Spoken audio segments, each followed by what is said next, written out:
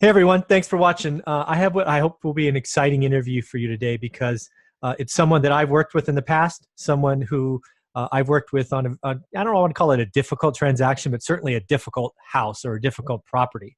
So we're going to break all that down.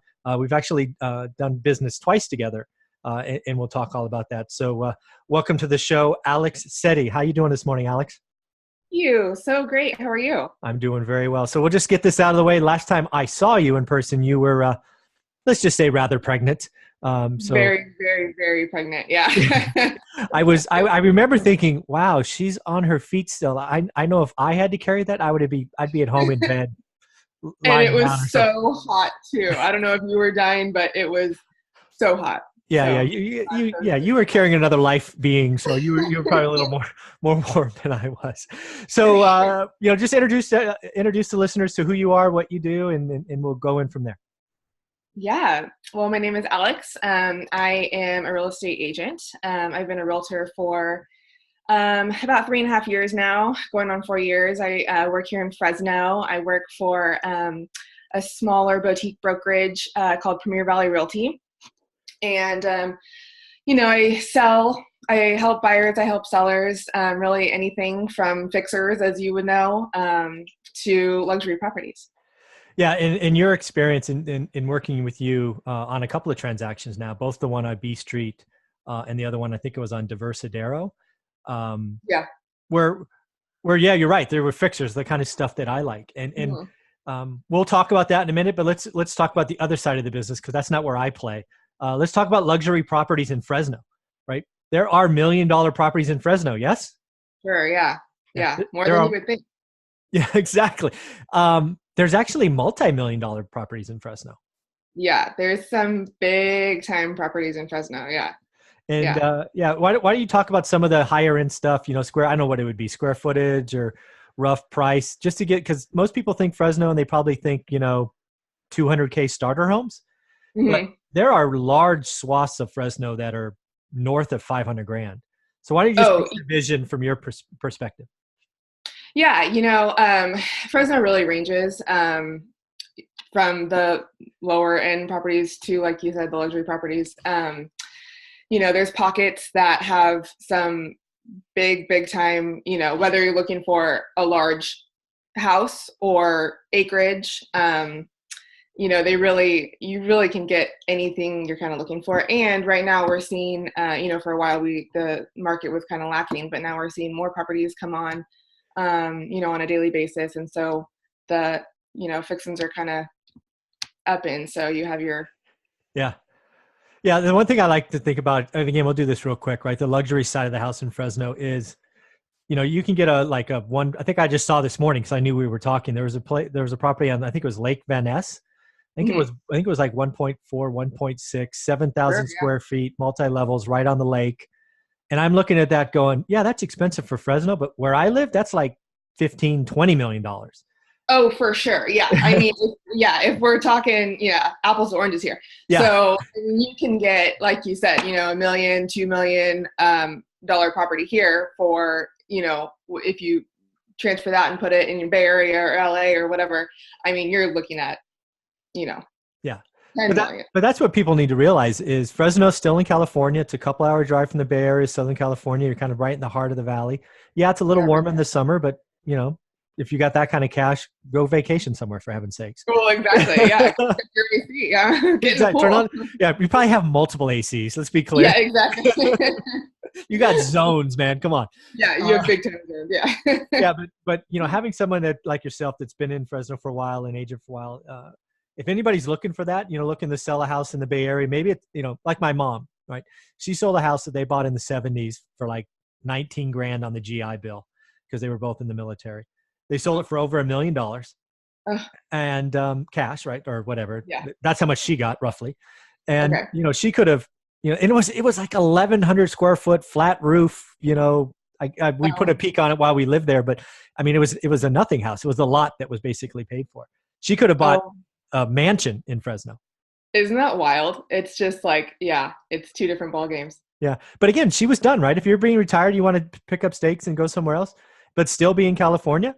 Fresno's a great place to be. You can, it's very friendly, 500,000 people in the city and 1 million people in the county. Not a Right. bad place to be, right? No, it really is. You're really right smack dab in the middle of California. So, you have, our mountains are right here, the ocean's right here.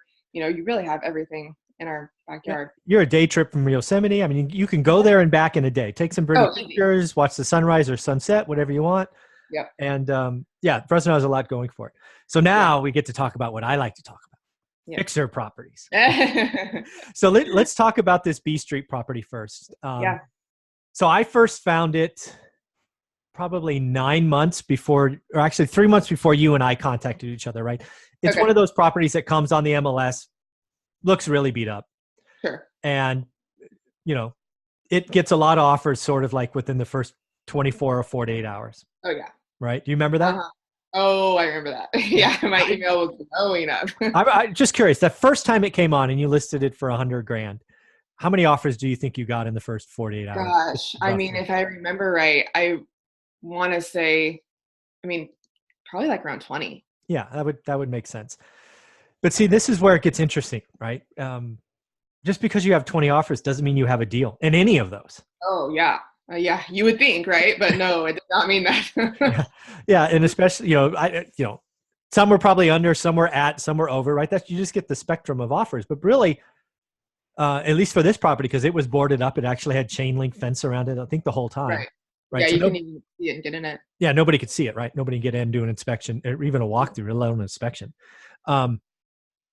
That's really stressful for an agent, right? Because you're doing right by the listing and the seller, and you have to process, and everybody gets treated equal and all of that. And how long from, I don't know, when you got the 20 offers, you were probably in contract 10 days after you put it on the market the first time? Maybe 10, 15 days? Yeah. I would say probably within a week. Yeah, the first time. Contract for the first time, correct. Yeah. And I'm just going to guess, I don't know this answer, but I'm going to guess it was for over asking. You are right. Yeah, shocking. I've done this. Ding, ding, ding. Ding, I'm a genius. So this is what happens, right? I'm never the highest person in anything I do because I know my numbers and I stay true to them. Yeah, that's great. Of the 20 people that you had offers from, I'm going to guess at least 18 of them had never really done this or didn't know what they were doing. So they instantly got in a bidding war, right? You probably went to best and final with 5 or 8 of them or whatever it was, got a good number. The seller was probably over the moon excited, which I'm sure you told them, let's be careful. Don't get too excited because exactly. this is our first go around with this one. And we'll see. So I'm guessing at some point you unlock it, they walk through and freak out. Yeah. Oh my God, run out of here. Oh yeah. It's always worse than anyone, could imagine. And especially if you're not used to doing something like that.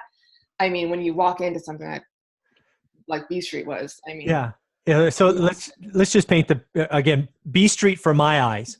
Right. Again, my eyes being, I've done this, hundreds of times. It was a house that probably had not been updated in 50 years. It clearly had been vacant for at least 2 years, right? Just based on the dust and smell and all of that, which you just kind of get used to. Smell. Yeah, bad. And it was actually a rather visible street, right? Because the police station is like literally across the street. Right. Yeah. Yeah. So it was going to get attention from lots of different people. And I could just imagine, being somebody who overpaid or wrote an offer, I'm just going to guess 110, 120, whatever it was. It doesn't matter. They're going, oh my God, $100,000 in repairs is probably what they came up with. Yeah. Yeah. They're like, doesn't work. So so now you're the agent. You've got to go back to the seller and say, oh, strike one. Yeah. There goes one. All right. On to the next. So, cancel that one. Yeah. So what do you do now, right? Because you still probably have a couple of buyers that are bugging you. Do you just go right to I don't even know how it works. Do you go right to the next one and say next up, or do you throw it back on the MLS, or how does that all work? Or how did it work? Do you remember? For this property, we did go to the next one, obviously with seller's approval. Sure. And, basically tell them the gist of the story, we've been through this once, this is what happened, yada, yada. So if you're, willing you know, Yeah. you're going to obviously have to do a lot of work. You know, Yeah. if that's something that you want to do and you're up for it, then, you know, we'll do another walkthrough. And so that's how that went about. So the second one, did they actually make it to the walkthrough, or did you scare them off by just telling them the truth? No, they did make it through the walkthrough. So Okay. yeah, we did 2 full walkthroughs, and I think we had, I mean, inspectors, and if I remember right, everything. I mean, they did pest, they did roof, they Oh, so did. they spent money. They spent Oh, they 2 or spent 3 money. grand. Yeah, and so which kind of shocked me, because usually, like with something like this, you don't really bring a whole Yeah. lot of inspector. You know, you Yeah. know that it's going to be all going to be new. It doesn't matter. Yeah, exactly. So you really, you don't need a whole lot of in-depth inspections when it comes to this. So anyway, so that's what happened with that one. So I think, both brought inspectors. So I think the problem with this was they just weren't used to this large of an animal. I mean, you know, maybe they did a couple rehabs in the past, but not to this scale. Yeah, they did paint and carpet. Yeah. This was not paint and carpet. Right. No, this was like a Yeah. a gut job. Yeah. So now this has been off market. It probably, at least to me, right? I'm just looking from the outside in. It was probably off market for about 45 days before I saw it again. Right. Yeah. So I think we put it on a temporary hold just until we kind of figured out what, you know, we were going to do, what the seller wanted to do. Right. You know, if the buyer wanted to go forward. So everyone had to kind of get their ducks in a row. Mm-hmm. Yeah. And then that's, I think, when I talked to you and let's be clear. I reached out because I reach out on properties I like that I know could go this way. I think it was like every 3 weeks I had it on my clock, just a quick email, right? Hey, how's it going? How's it going? Yeah. That's right. Smart. And, I remember when you responded the first time, it's like, I'm not sure if this buyer is going to perform. I'm like, okay, I'm in, let's go. Yeah. Kick him out. Yeah, we were, definitely on the fence. So I know when you were like, okay, like no matter what, you know, I'm used to this. I'm not scared of it, blah, blah, blah. I was like, okay, we're in it now. So that other one fell out. And I remember your seller, at least you told me it was your seller. It could have been you. I have no idea. You told me your seller goes, prove to me you're serious, which again tells me they've been brought to the dance 2 or 3 times by investors. Yes, that is very true. So with the seller, they do want proof of work experience for properties like this. So that was one of the requirements that we actually put in the MLS. So you had to send proof of your rehabs or whatever you've done in the past. And I mean, they want like in depth. They want addresses. They want pictures. They want details. They want, you know. I remember I sent a video, right? Yeah. Oh, yeah. And that's what they loved, the video, obsessed with the video. So that's what really like set you over the edge too. So they're all about. Nice. We should send them the video of B Street now because it's all done. It's oh my gosh, I know. One of the units is rented. Oh, no kidding. Yeah. Yeah, we got $11.91, I think. Oh my gosh. For the 3-bedroom, yeah. I probably wouldn't even recognize it. Oh no. You'll drive by it and go, where am I? Yeah. Like no. Yeah. It's pretty awesome. Yeah. But yeah, so again, right, I followed up. You asked for, proof of experience because I can just imagine, what's going on. We agreed on a number that was slightly lower than asking at this point. Yep. Then you set up our walkthrough, right? We actually did 2, one with just Brad, my GC contractor and ultimately partner. And then we came up one more time because it was a lot of work. And we asked for just a little bit of a reduction based on what we saw. And we're like, nothing else, right? No more inspections. We didn't do a single paid inspection, right? We're like, we're going to take everything out and make everything new. And we know what that costs. So it's not a big surprise. Yeah. Not your first rodeo, huh? Yeah. Not our first rodeo. Yeah, we've done this before. So, at that point, it was smooth sailing, as I recall. Yeah, it really was. Yeah. Yeah, because we were actually ready to close. And actually, there was like a week delay, but that was on the seller's end because of some taxes or paperwork. Oh, that's right. Something with the city, I think. Taxes or something? Yeah, the city. And so I think that was the only hiccup. And I mean, it wasn't. Yeah, it was days. Yeah. It wasn't on us. So yeah, that was, in my book, that B Street, as we're calling it, goes down exactly how most of my deals go down. Because again, I find most of my stuff on the MLS, right? It goes on the MLS. I figure out what my number is. I'm never the first one, right? Because there's always idiots out there that want to pay more. Money. 1 or 2 don't perform, and then I swoop in with follow-up, and everybody's happy. So is that how you remember the situation? That's exactly how I remember the situation. Yeah, very cool. And then where this continues is you see that we can perform, Brad and I. You get another one of these beauties. Actually, you brought us two. There was a duplex, as I recall, and then this house. Hmm. I think we went through the duplex and we went, "Woo!" Yeah. Right? We're not scared, but that number is ridiculous, right? Because I think it was Right. It was just too high for what? Yeah. yeah, which was fine, right? We told you right away. We didn't waste your time. We didn't waste the seller's time. Oh no, I love working with you guys because I mean, you just shoot it straight. You know what you're looking for. You know what the numbers and that's what I was so impressed with the first time that we went to B Street. Yeah. I remember that you guys walked through, and I mean, I expected to be there for like a long time, and I was thinking like, man, and like it's hot. I'm like 8.5 months pregnant. Like, oh, that's but whatever. And you guys walked through, and then like I swear 2 seconds later, you're like, okay, we'll take it. Like it's good. I'm like, what? Are you kidding me?